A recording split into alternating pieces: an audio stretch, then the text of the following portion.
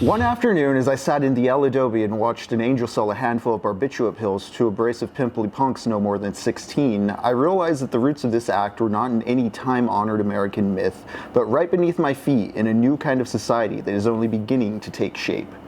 To see the Hells Angels as caretakers of the old individualist tradition that made this country great is only a painless way to get around seeing them for what they really are. Not some romantic leftover, but the first wave of a future, and nothing in our history has prepared us to cope with them. The Angels are prototypes. Their lack of education has not only rendered them completely useless in a highly technical economy, but it has also given them the leisure to cultivate a powerful resentment, and to translate it into a destructive cult, which the mass media insist on portraying as a sort of isolated oddity, a temporary phenomenon that will shortly become extinct now that it's been called to the attention of the police.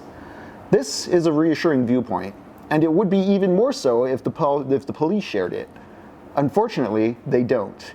Cops who know the Angels only from the press accounts are sometimes afraid of them, but familiarity seems to breed contempt, and cops who know the Angels from experience usually dismiss them as an overrated threat.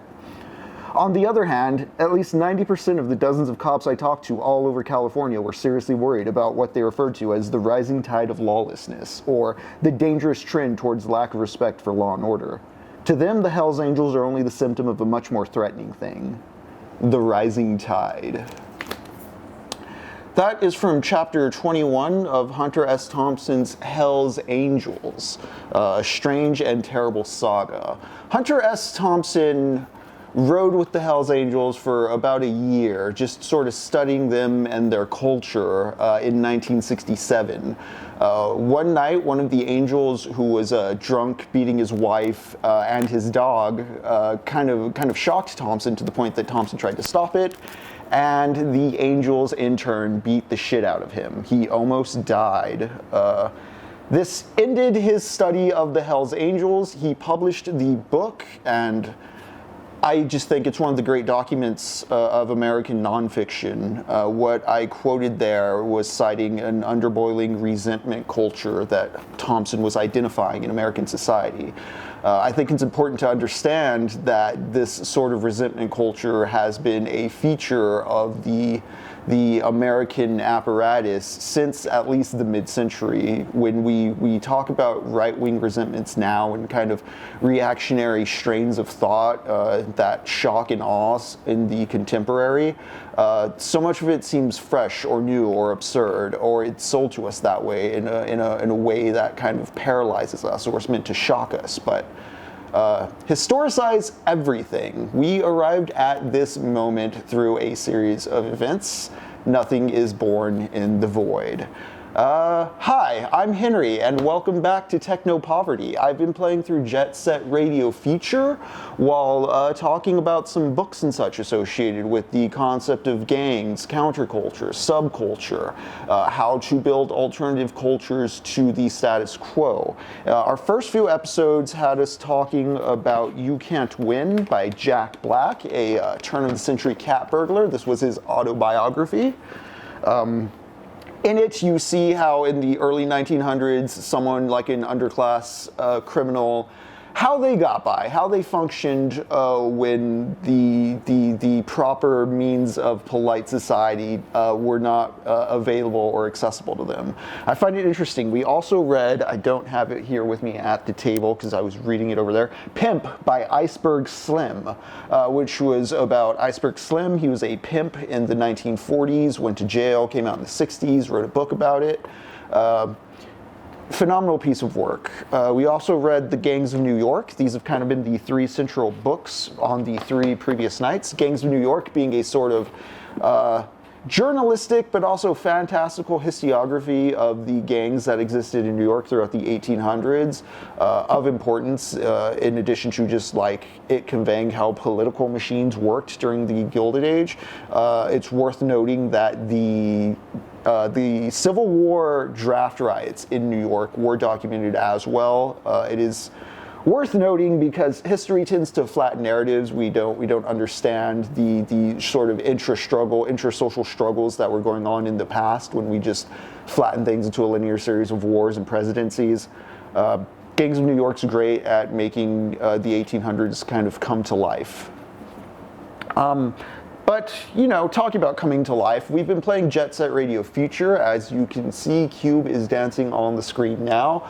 Also, hello D Hamels Mammal, nice to see you, and thank you for joining, Alman. Thank all of you who are there watching, if you're not participating in the chat.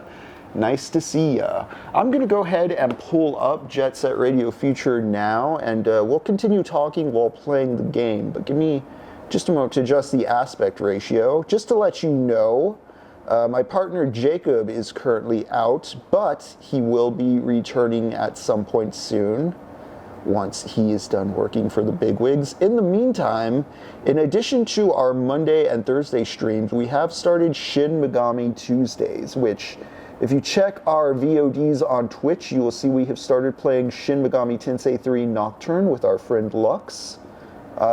Hopefully that's something we can do regularly on Tuesdays. Keep an eye out for that. All right.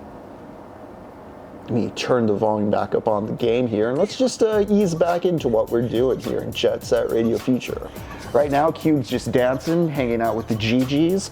For those unfamiliar with the lore of JSRF, we play as members of the GGs, the good guy Japanese skater punk gang in this fictional version of future Tokyo. And I like playing as Cube because she's the leader of Poison Jam, the villains of the first arc of the game. I'm gonna go ahead and make some custom graffiti to kick off tonight.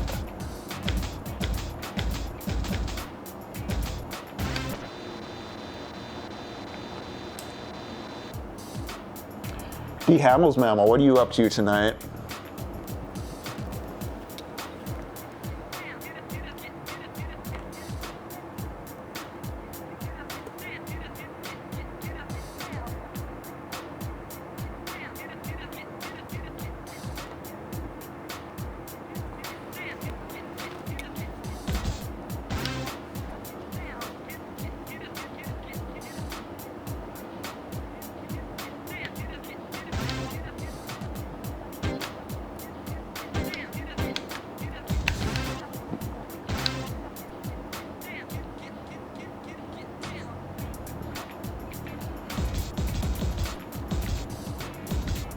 All right, I believe right now I have a large and a medium. I have an idea for a small one I want to mess with.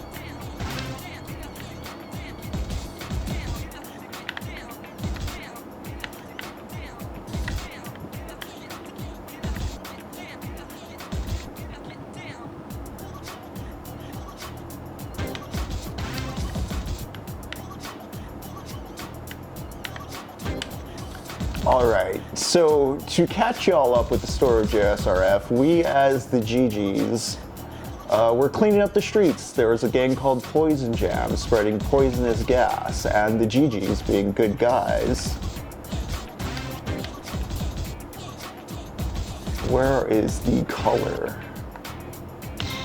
There we go. The GGs, being good guys, we pursued Poison Jam. We took care of them. After destroying Poison Jam, the immortal showed up, the mummies. There were mummies that we were fighting. They were spraying up everywhere, they were kidnapping people, they were sacrificing people because they're weird pharaoh type dudes. Oh no, that's not a good font for that.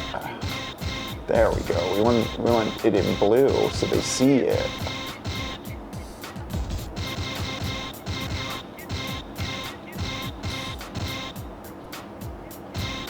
But we fought those mummies, we stopped those mummies, and then we had to fight the noise tanks, who were just straight up robots. Something interesting in the evolution of the progression of gangs you fight through this game is, you know, you start with Poison Jam, who are also a gang like you, pretty much following the same rules as you are. They just want to play in the streets as well. No, the B doesn't read.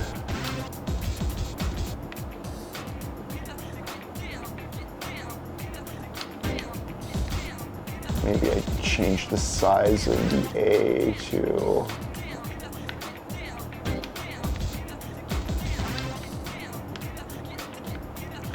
But so Poison Jam, just basic principles, they're like the GGs, they like the street, they kind of have their own spirit and mood with the street.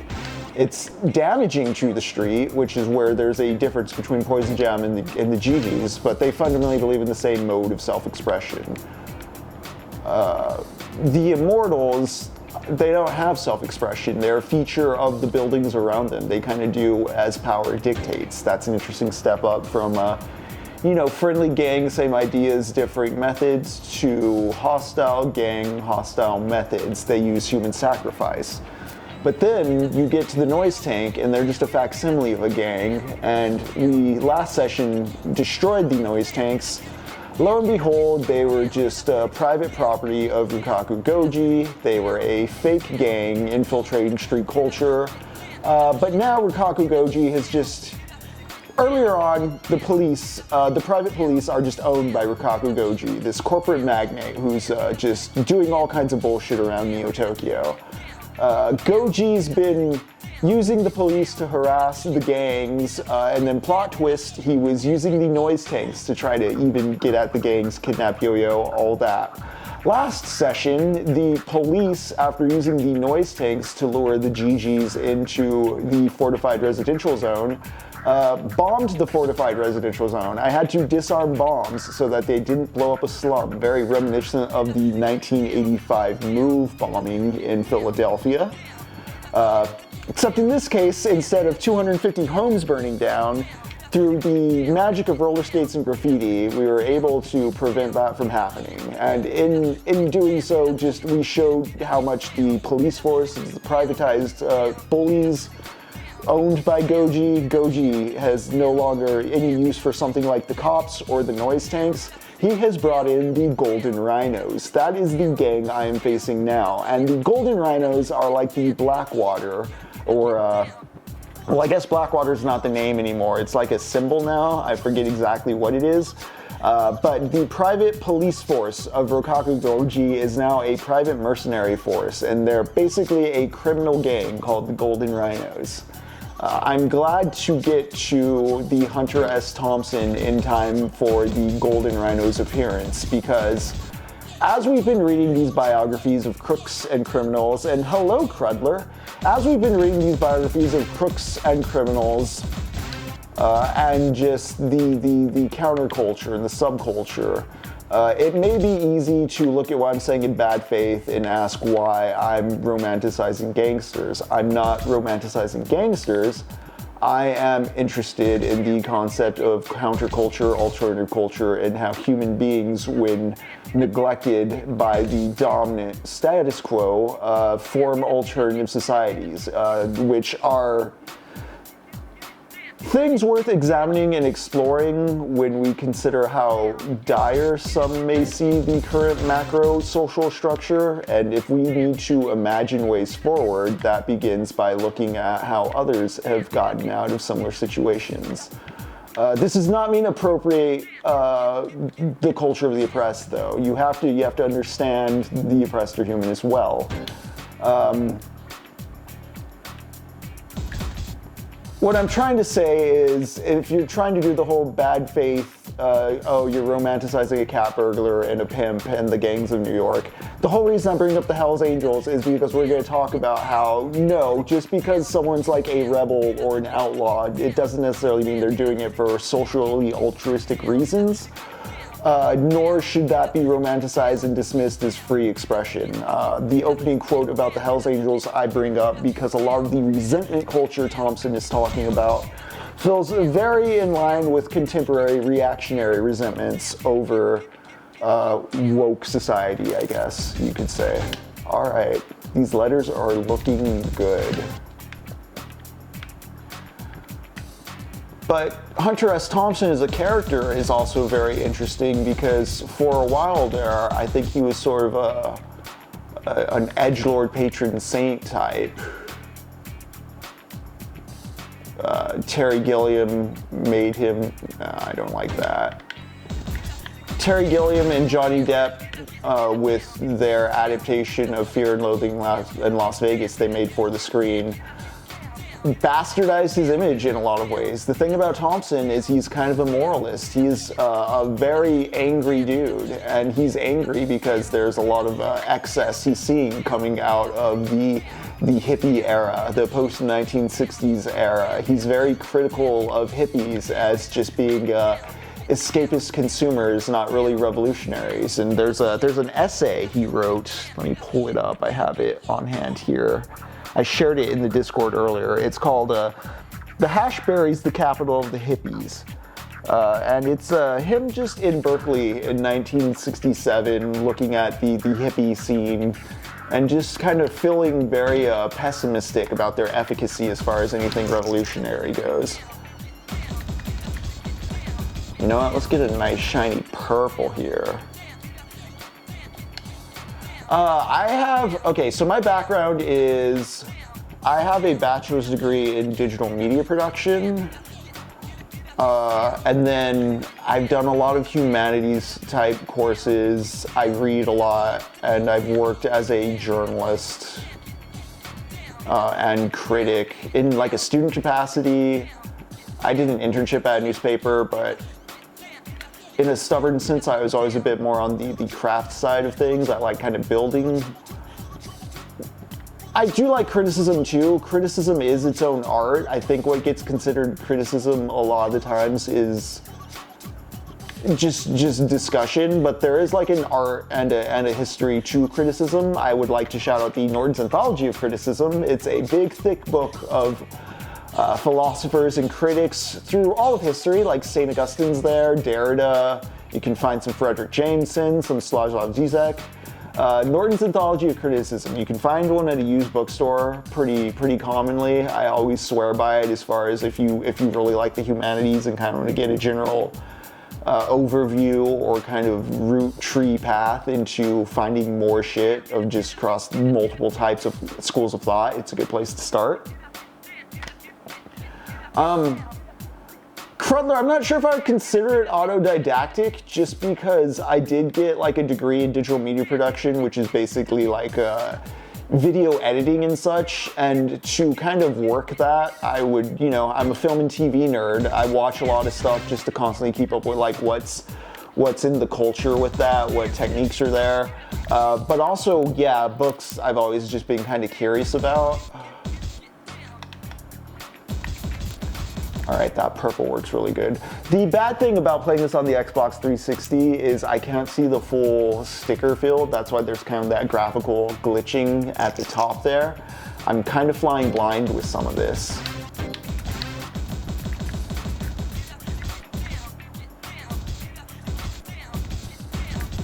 Where's the skulls?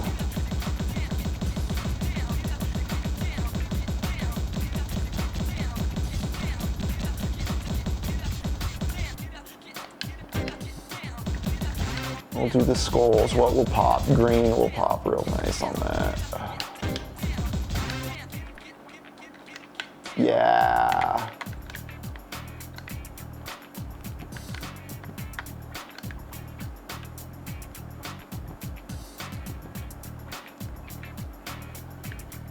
Yeah, I would say, so like, I do believe in, I agree with what you're saying. I think a lot of American culture gets people to conceptualize education as stopping when you're, it stops at the classroom, to be cliche about it, but yeah, I didn't read Hell's Angels until I was like 24, just kind of on my own while studying other stuff. Hunter S. Thompson, honestly, when I was younger, was kind of a red flag because the Terry Gilliam perception of what his work was like, dude, drugs, LMAO. Let's save this. But there is a strong moral outrage throughout all of his work, which is why, again, the rising tide, the concern for... He's not just like raising concern like, hey, the Hells Angels are bad. He outlines throughout the book how they're displaced by a highly technical economy that's only getting more and more specialized. And if the American economy keeps displacing these people, eventually there's going to be a tipping point where there's a large amount of unskilled, angry, outlaw, antisocial people with this resentment issue because they're not getting to participate in the American economy. He doesn't know what they're going to do, but I think we're far enough along the line to see what that kind of resentment underboil cooked up. But one of the things he points out is the Hells Angels do, in fact, consist of a lot of folks who the economy has left them behind.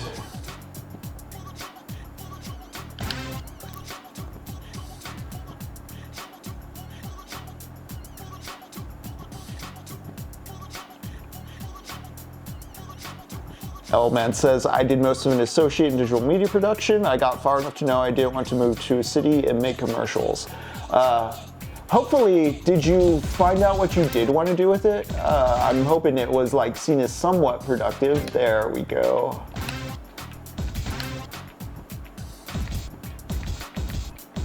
Yeah, see, I can't see the top part, so all my tags are a little low. Okay, so I need an XL. I have an idea for an XL. We're gonna be making a lot of graffiti right now while just talking books chat. We're hanging out in the GG's garage. We're talking Hunter S. Thompson. We are making custom tags.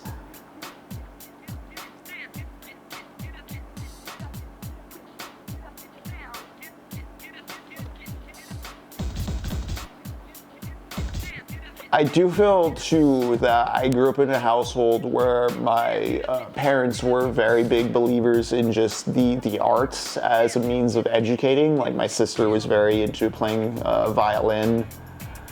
Dad was very into music and music history stuff. They encouraged me to read. I think to some extent reading became a bit of an act of like rebellion too, because I would read like more mature stuff and there'd be like edgier content, and I wasn't allowed to see, R-rated movies for a certain time. But I could read Stephen King books.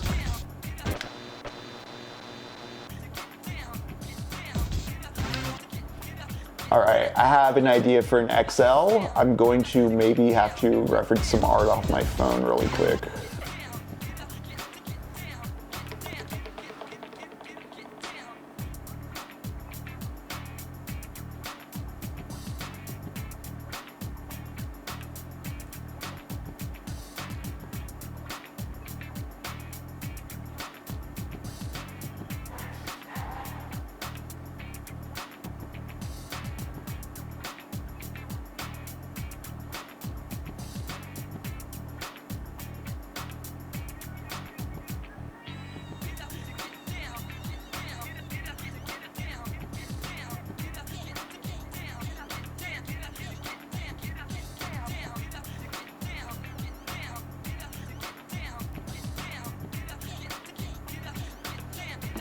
All right, I want to do. Let's see if I can do this with the. Oh. Maybe I can, gang. Maybe I can.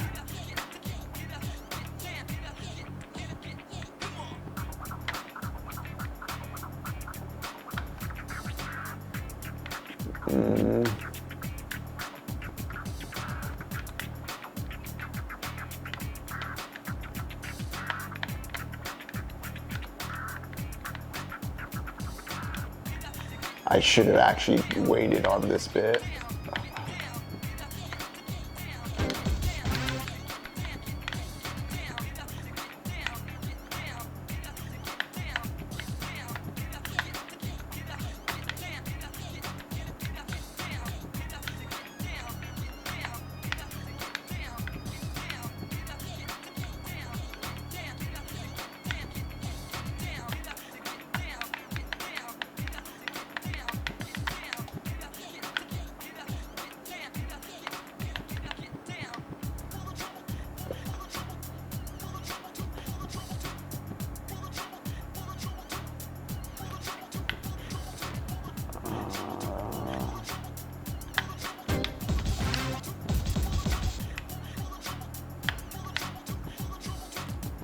How far out should I do it? I don't want it to look warped into like parody. Okay, I'm just gonna go over it with red when I'm done. Some of you may get what I'm getting at. Hello, E6N, how you doing? Okay, cool, El man. I'm glad it was productive time. I kind of despair at how much of a grind set, even before those words existed for the vocabulary, the whole grind set culture thing mentality as far as like college is for profit. I mean, yes, you're spending a lot of money. It should be productive, but I think, you know, there's things as far as like social productivity goes.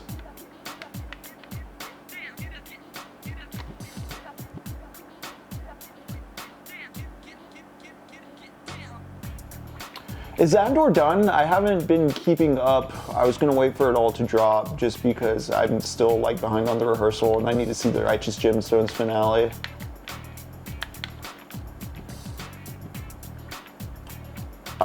Visual glitch, you better be.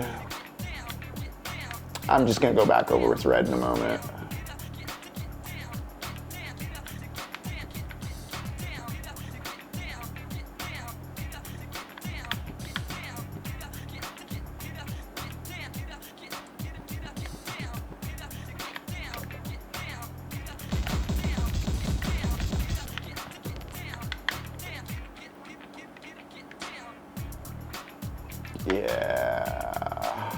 Yeah.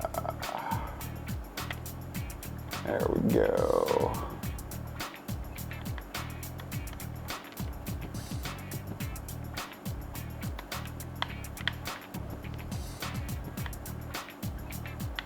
But if you ever have only seen Thompson through Fear and Loathing in Las Vegas, there's an article I linked in the Discord. Honestly, you can find it online pretty easily. It's just called "The Kentucky Derby is Decadent and Disturbing," in which he documents his coverage of, I think it's the 1968 Kentucky Derby, and just takes note of how it's where all the sort of landed gentry of the day get together, get kind of drunk, gamble on horses. Yeah, Crudler's on it. Decadent and depraved, yes, E6N. I bring that up because, again, the popular perception for the longest time of Hunter S. Thompson has been like Terry Gilliam's Fear and Loathing in Las Vegas. Oh, this is gonna be tricky, but you know what? Our thirst for liberation will prevail.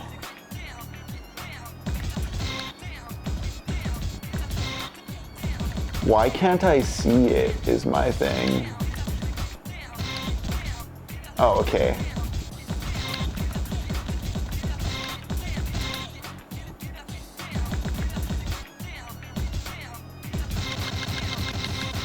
Okay, awesome.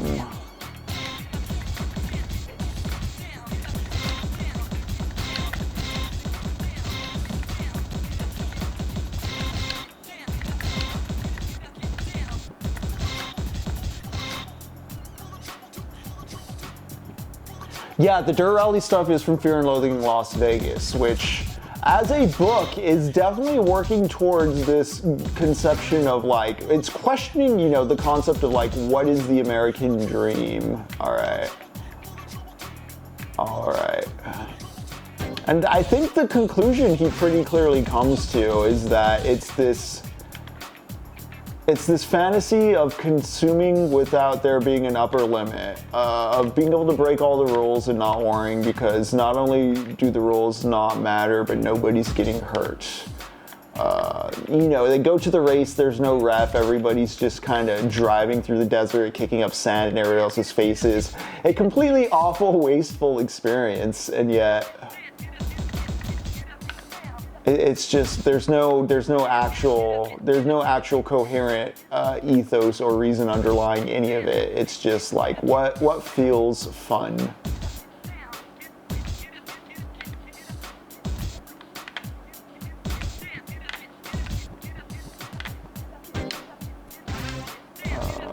What does that look? No, I don't like the way free looks there.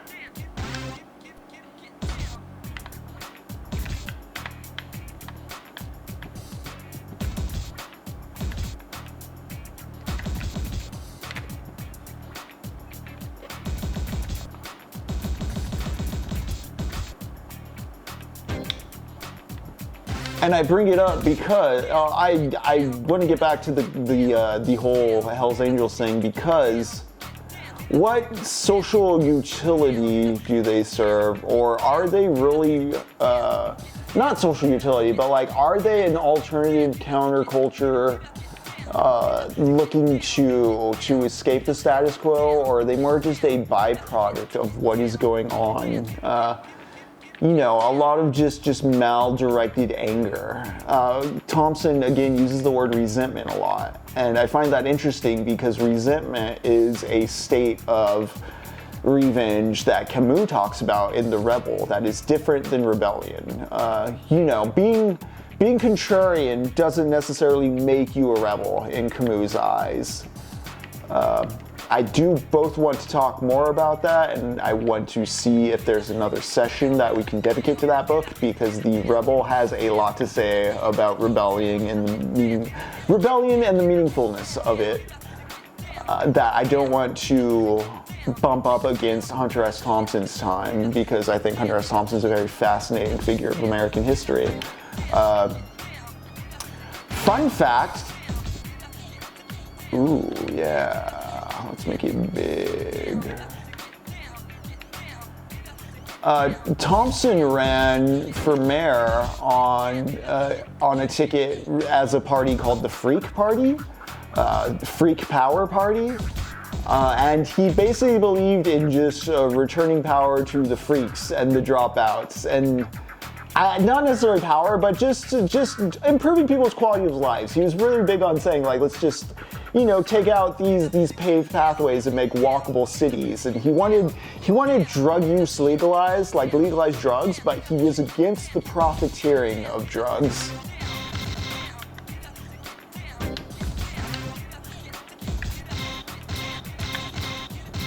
Ooh, what's gonna pop best?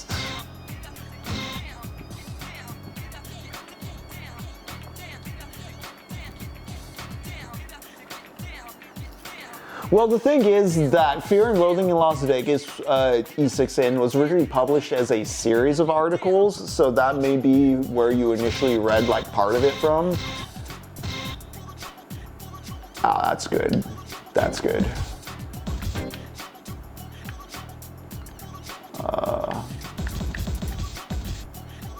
What else? What else?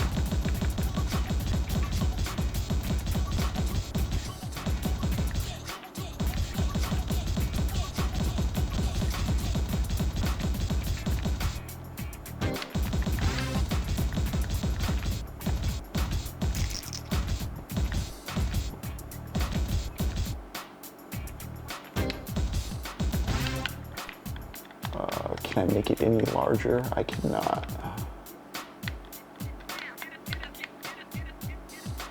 Oh, I got an even better idea.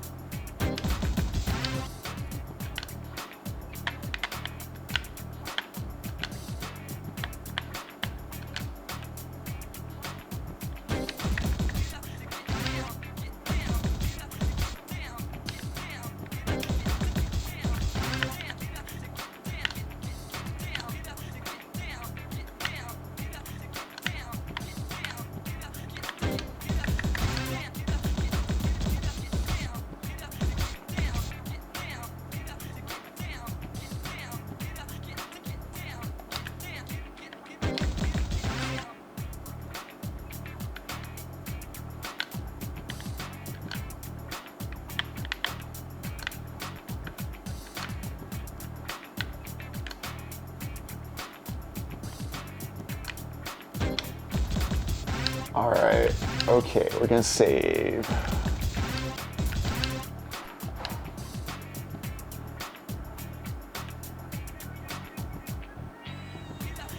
Oh yeah, that sounds like a good synthesis slash mix.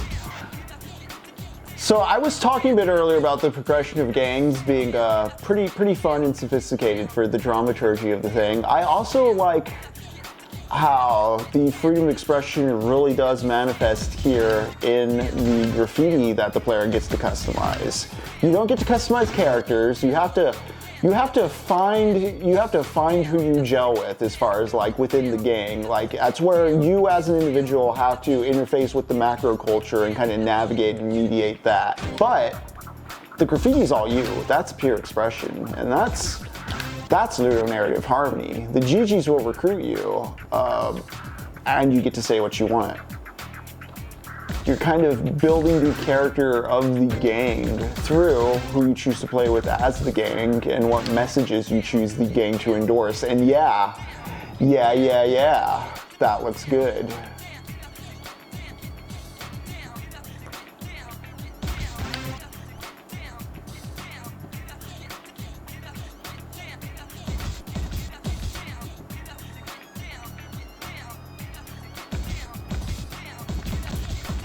All right, y'all, we gotta do a custom small. We have everything else customized.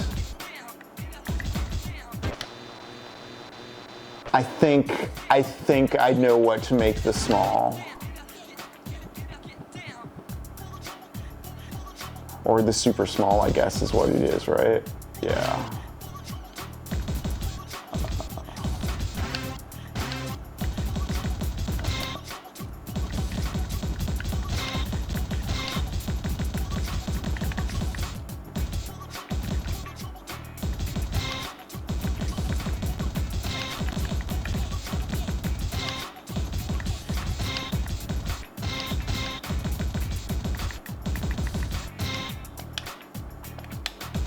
Oops. Got too excited.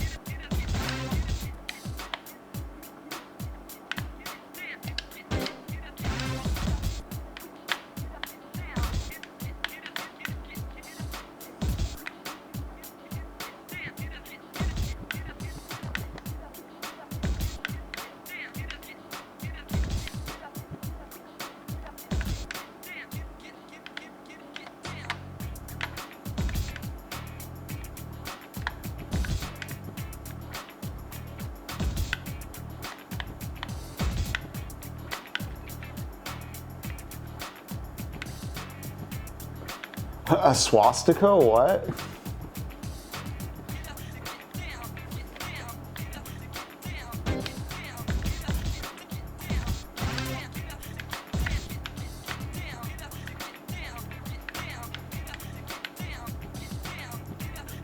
I think this one's going to be pretty maximalist.